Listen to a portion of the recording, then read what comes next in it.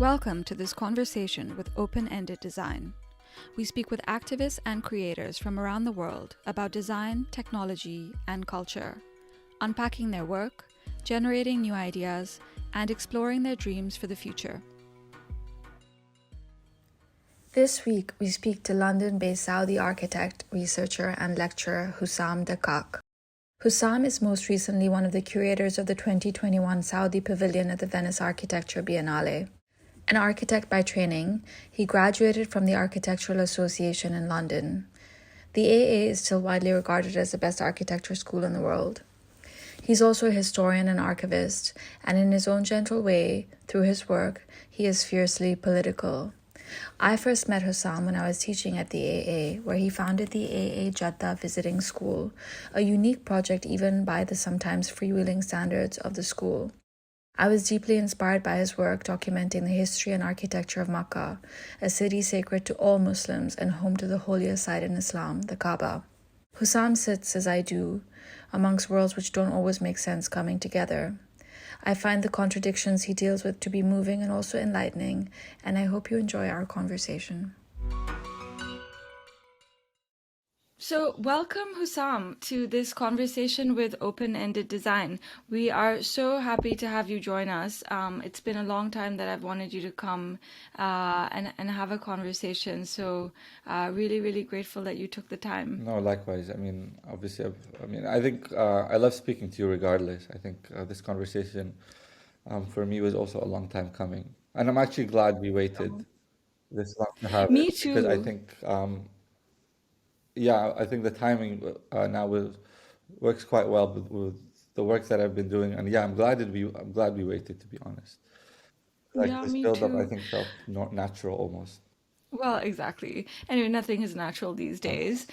So Hussam, I mean, you define yourself as an yeah. architect, but for me, you're a lot more, and you're based in London. But I just wanted to start a little bit with, if you can tell us a bit of the story of your life, your work, your practice. I don't mean Yeah. everything Yeah. you've done, but how you came to being an architect, and also, kind of your journey to, being based in the UK now. Yeah, I mean, me being based in the UK was purely ultimately circumstantial because I came to study at the AA, and to be quite honest, that's where, to be honest, my whole career started. For me, my career, I wouldn't say necessarily came for full circle because I'm still very young, but I started my architectural career in the AA, but then the AA also not only gave me my education, but it also propelled my research career and my, so to speak, bread and butter kind of passion in life. So like I really started studying and then I left the AA, but then I came back to the AA, which became this kind of like stage for me into the world. And yeah, I think first and foremost, I am an architect because I am a designer. I have a spatial recognition and all those kind of things. But ultimately, when I do much more than architecture, as you know, because what I actually do, at least within the context of the environment of where I work predominantly now in Saudi, albeit being based in London, is not strictly defined as an architect. So it's funny that you say, yes, I am an architect, but to people in Saudi, actually, I'm not necessarily an architect because I don't do the quote unquote classic architectural work, which is building. So how do they define you? I think that's still in like is like to be confirmed. That I'm always like seen as, well, me and the people I work with were always seen as these people who are kind of in between, which has worked to our advantage, but it's also been a very tricky one to navigate because we do a lot of work and a lot of research, and a lot of my architectural work, at least my passion, is founded in uh, curatorial work. I work with cultural institutions, and my true love for Mecca and Saudi is founded in the archives of that country and like research. It's really research ultimately. And for me, it's design through research. I don't design for the sake of design. I design through work that is going to merit something that is of substance, not only to me as a designer, but also for the people. And yeah, I'm an academic, so to speak, but I also do research for the sake of research, meaning there is value in that, and I do that as a practice, and that's how we structure our practice. It's through the narratives that we engage with, through the conversations of people, and in that respect, it has a very organic assembly, how it comes together. So whenever we approach a project, it is really through that story that we craft with people, with our relationship with people, and through our relationship with space, really. Because, yeah, as architects, I think we create these environments, but obviously we're ultimately storytellers. And so, but one of the things I feel really strongly in your work is that actually, you said you design through research. You are an academic, but the work that you at least publish and present is Yeah. accessible, and that's extremely difficult to do with an academic lens on. But I just want to take one tiny step back. Is so you grew up in Saudi, and did you know you wanted to be an architect? How did that manifest? Well, yes, no. It's a fun, like, I don't think you ever know what you want to be when you grow, like when you're young, to be quite honest. But yeah, like born and raised in Jeddah, like Jeddah is my hometown, and hence the association to the place. Did I always want to be an architect? I couldn't say yes, because when I first came to London, actually, I didn't know what I wanted to be. I actually started my education career at Central St. Martin's. I did a year at St. Martin's. I did a foundation course because I basically came to school not knowing what I wanted to do. Um, and even while I was doing architecture, I was doubting it the entire time. So did I always know I wanted to be an architect? No, but I definitely knew that this was something worth exploring. And I think that was the beauty of studying ultimately in a place like the AA, and being in that environment, is architecture is not so prescribed. It allows you to navigate multiple arenas, and you can be, quote unquote, yeah, the classic designer of buildings, but you can also be more inclined towards graphics or more my model making. And it really allowed me that flexibility to explore something way beyond what one might perceive as architecture, right? Because, yeah, I think architecture still today, like, I am an architect, but I do think I'm much more. Oddly enough, I don't think, not to feed my ego, but I don't think the term architect nowadays does justice to a lot of the work that we do. Because even as architects, as an architect, as you well know, you do way more than designing a building. But yeah, architecture kind of gave me that license to enter into an arena of design, art, fashion, culture. Um, and yeah, I think that's how it kind of gelled together. And I genuinely do think it gelled step by step. Um, but when I went into architecture practice, just to tell you, in London, when I was working for a firm, I didn't necessarily love it. It wasn't for me. Like going and building a building and designing it from A to Z, I think the experience is obviously invaluable, and I don't have no regrets. But no, that it's not for me to be that classic architect, so to speak. Yeah, well, I mean, I think that probably your school, the AA, more than others, uh, plays a part in, pushing new narratives in architecture. And I know that, there's a lot of schools out there, but I do think that that sense of pushing boundaries and pushing students to think outside of a particular kind of narrative seems to resonate in a lot of the alumni. And your association has stayed. Yeah, I mean, my association with the school is very strong. But I think, like to your point, yes, I think the AA does plant that seed within its students that you can almost be whatever you want, kind of thing, which in retrospect, I don't think is the healthiest thing as well, because you also graduate with a sense of uncertainty. And in many ways, we become unemployable, to be quite honest with you, because you go into practice, you don't have the arts, you're not well equipped, so to speak, to enter that kind of industry, because the kits we have within our arsenal are just not geared towards that. We're the biggest wake up call that I got was in my job was like when my boss was telling me, he's like, yeah, all you AA kids are just daydreamers. Like, you just daydream all the time. And in a way, he was right, because I was daydreaming most of the time. My mind was like, my body was in London in an office, but my mind was elsewhere. I always felt that I could do something else, and that's, I think, the double-edged sword with that kind of education. Um, and it is very tricky because it's very hard to explore. And I think as designers or as creatives generally in life, we go through so many like identity or slash existential crises trying to navigate who we were supposed to be. And I think society like puts so much pressure on you to kind of define who you are early on, especially as a designer.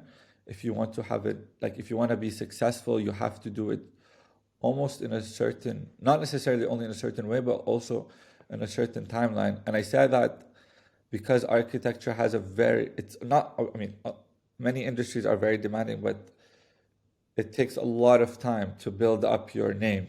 Like the road is very long. So when you have that creative uncertainty where we're doing a bit of this and a bit of that, I think that's wonderful, but it also is a hindrance to a certain speed because you become your own worst enemy. You're always questioning, and that's something we always, like as a designer, I can say I always struggle with. And it started with the AA, but again, it nurtures this kind of thinking, but that kind of thinking can also be dangerous. So And it's an academic setting. And so it's so many things of what you say resonate so personally, and I think it's really hard to find this space where you feel like you're making progress and navigating forward, and yet confronting these questions. And there is, it's always probably easier to say, I'll just sit in this office and look at the screen, or I'll pick this and let this be my yeah, practice. Um, but then it becomes almost unsustainable, right? Because you know that it doesn't work for you.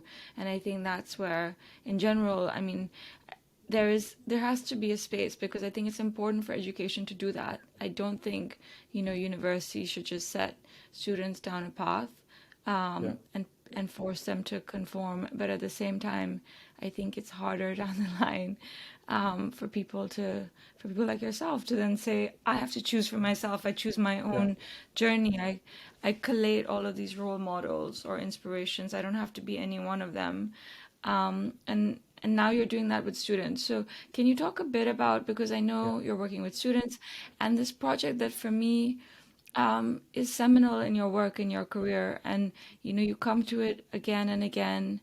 You've written about it, you've done exhibitions on yeah, it, you're working with students on it. I just read this incredible article from a couple of years ago on the city of Makkah and your work there, and it's very, very resonant as a yeah, Muslim to understand and to see you unpack it, but also as a site that is so heavy with energy, history, politics, religion.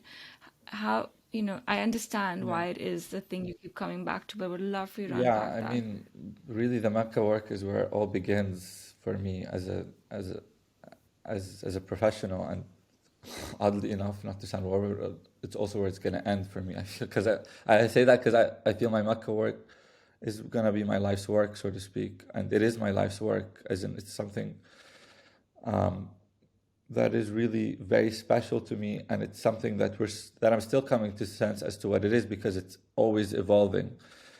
What it started and to what it has become was never what we thought it would be.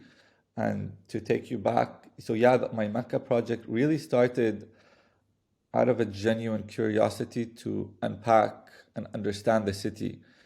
Um, because I think Mecca, growing up in Jeddah first and foremost, we're very close to Mecca.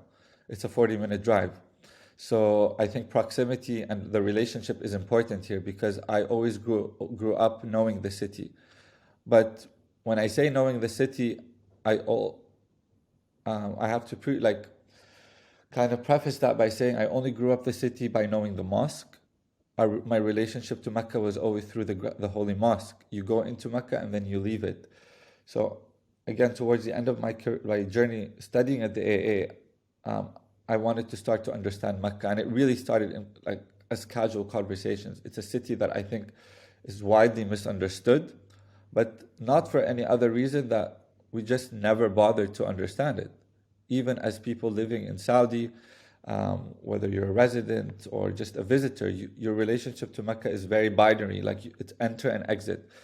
And as a result, my research, the researcher within me, sort of like the architect, designer, whatever, like thought there was something there to do. And when I say something to do, it was very simple at first. Let's just start recording the city. Because even coming to understand and study Mecca, there's not one single or consolidated resource or archive on Mecca. Let's start collecting information on Mecca. And not Mecca, not only historical Mecca, but mainly Mecca how it is today. Mecca for its people. Who are the people of Mecca? So to facilitate, so to speak, this kind of experiment, that's where I returned back to the AA. After having graduated 3 years later, I went back and we set up something known as the Visiting School, which is ultimately a visiting program. It's a 2-week program where students from all over the world can come and apply, and it's not only restricted to architects, and that's something that we were very keen on. We opened our program, specifically our program, to historians, archaeologists, anthropologists, people with political inclinations, because we genuinely just wanted to have a conversation on Mecca. And for me, Mecca, when people say Mecca, it is not a conversation just for architects or just for planners or just for developers. And most importantly, it's not just a conversation for Saudi people. There's a tendency to think of Mecca as a Saudi city. Mecca is not a Saudi city. Mecca is a universal city. I think it's a relationship any Muslim, like you said, have to that city. It's the only place where people have such a strong bond to without having even visited it. So we really wanted to tap into what that means. And our first tagline was like, this is the school that's going to explore the visible and invisible landscapes of the city. We really wanted to experiment even with how we engage with the city, how we record. Yes, as again, architect, we have this spatial cognizance to like record the spatial dimensions of the city, the urban topography, but we wanted to go way beyond that because that stuff is kind of recorded, although not well recorded, so to speak.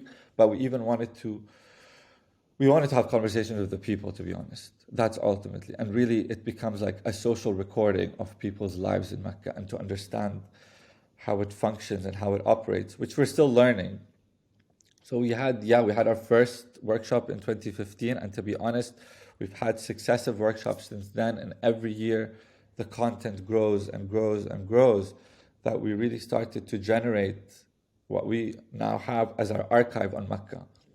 And not all the work the ambition is to publish the work, and we will, inshallah, but it's still very much like a work in progress. And through our experience with Mecca, we've encountered the most amazing people. We've worked and collaborated with artists, which Ahmed Mater, Nasser Salim.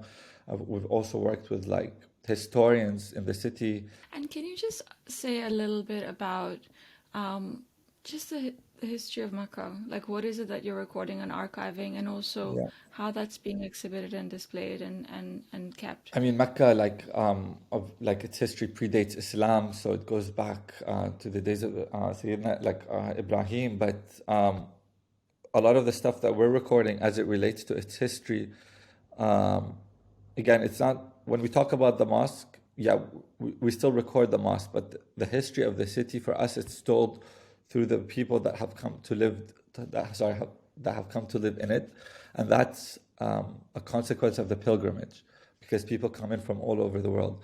And since when? So since when are you looking at this? I would say since the 17th century, so to speak.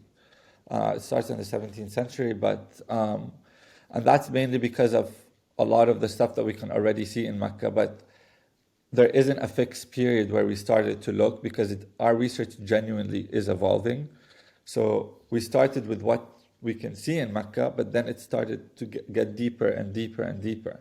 And there is no linear time scale of how we're recording things. Like, we have to start with one time period and then and then we're accumulating information like methodically. It really is data collection from multiple time periods, and it's like an atlas of data. It's like a constellation of stars that we're trying to make sense of, and that speaks true to the city itself. And so, what are the influences, just to give us a sense of like who's been there, what's happened? I mean, the Ottomans arguably had one of the most seismic influences on Mecca. And that's something that we genuinely record as well. And that's something we can still see because there are a lot of Ottoman relics in Mecca, which actually a lot of them no longer exist, but some of them still do exist. So I would say the Ottomans played a big part in building Mecca as well as Mecca as we know it today, especially in the architectural language that Mecca has, like in what we know for Mecca. But then the current Saudi state as well, I have to say, has had a great influence on Mecca. Whether we love it or hate it, it's still part of the history. And that's something that we genuinely record with curiosity because not only are we recording what has happened, but we're also trying to understand or unpack rather the thinking behind those changes and that is important within Mecca because these changes are not small. When we talk about one of the largest expansions to Mecca, which happened in the 1980s, that basically propelled the mass construction as we know it today. Like Mecca before the 1980s was way more modest, and after that, under the patronage of King Fahd, is where Mecca started to have a lot of underpasses, a lot of highways, so to speak, running through it. And when the extension of the mosque started to extend way beyond its original boundaries. And so, yeah, it really oscillates. And to design this infrastructure to house Exactly.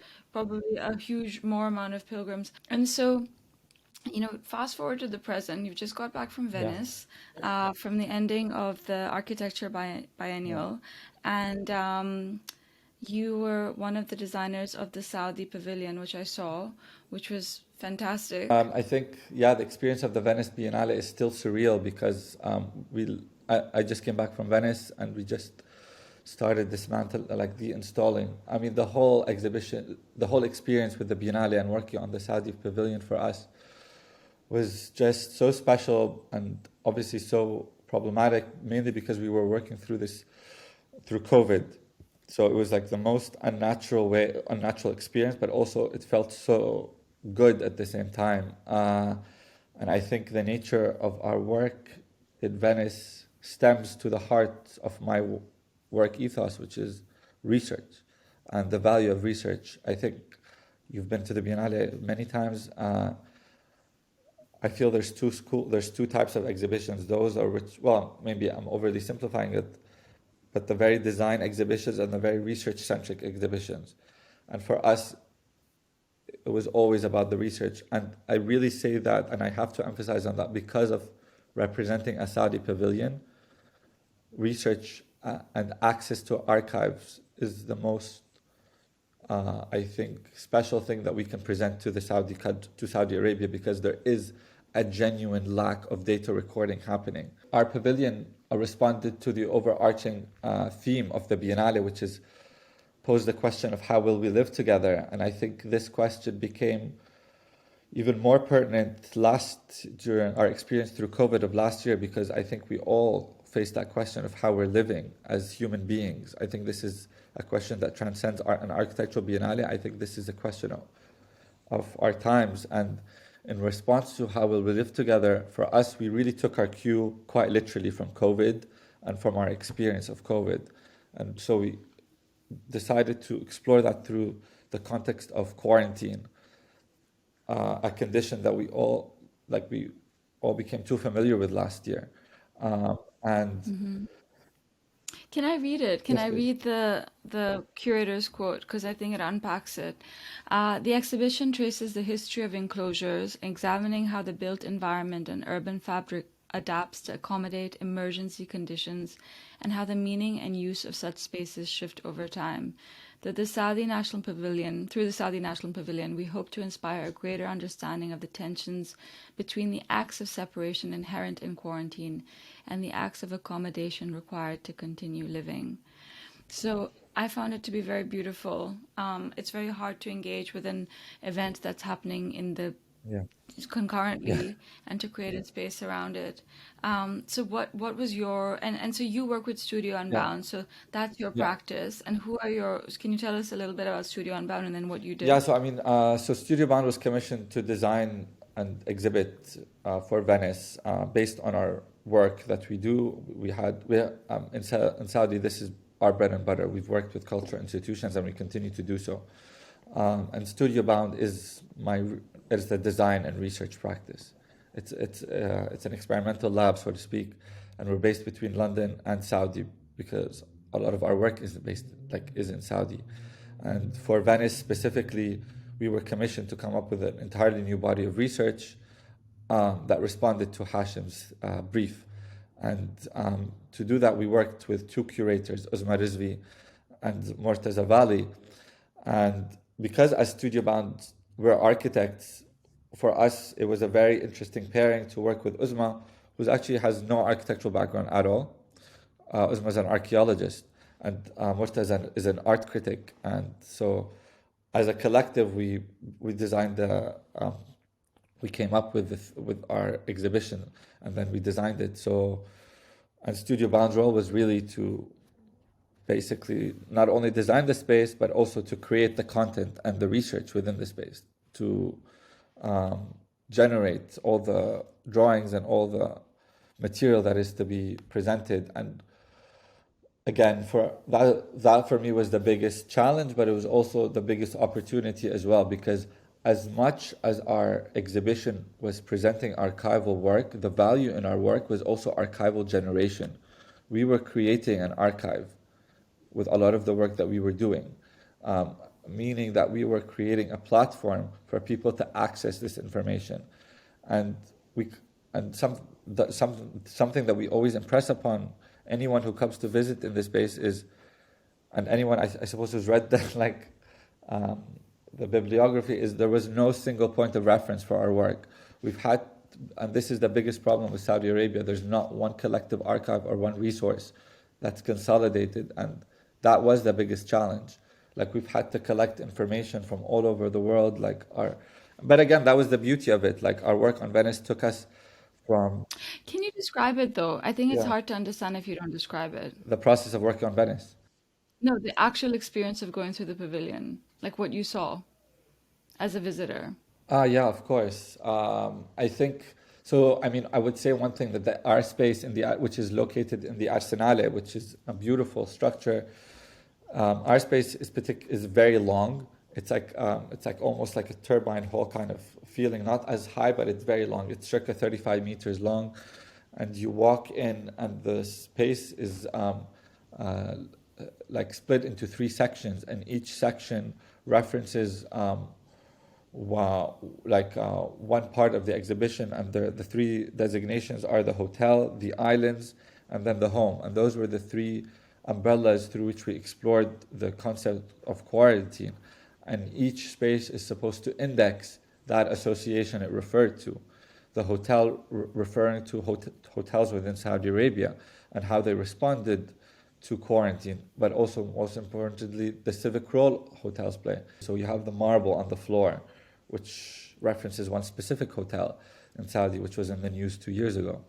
And then in the central space, we have the islands, which were basically these 3D models, which reference infrastructures of quarantine along the Red Sea coastline across different scales. And those models are big.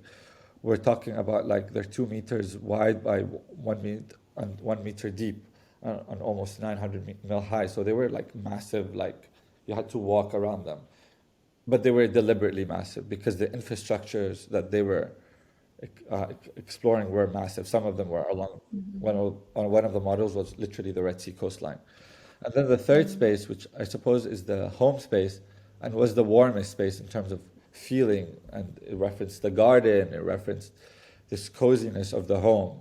And so even the lighting in that space was very warm, as opposed to the central space, which was more sterile and more, I suppose, medically influenced by laboratories. That's actually the aesthetic that we were going for. I mean, but I think you created like in a really evocative way exactly what you just described is, and you know when you go there you don't think about the way you've described it is so different from the experience of seeing it and being part of it, and it's incredible to think about like the mind of an architect and how you create spatial experience without the visitor actually realizing it.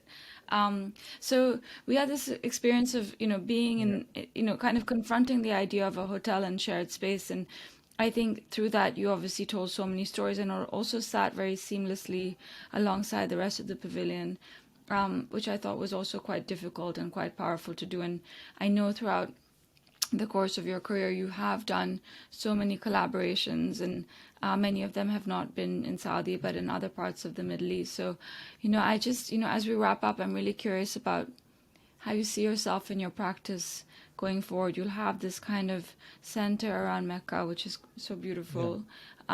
But also you are exploring issues that are different but similar in the rest of the region. And I'm curious about where you see that kind of flowing for Yeah, you I think, and maybe what you're working on now. yeah, so I think, you know, like for me, this is a very hard question because I think even the way we approach our practice, things um, uh, tend to grow almost naturally. But yeah, I think it's a fair question to say. I think our Mecca work is something that keeps on going.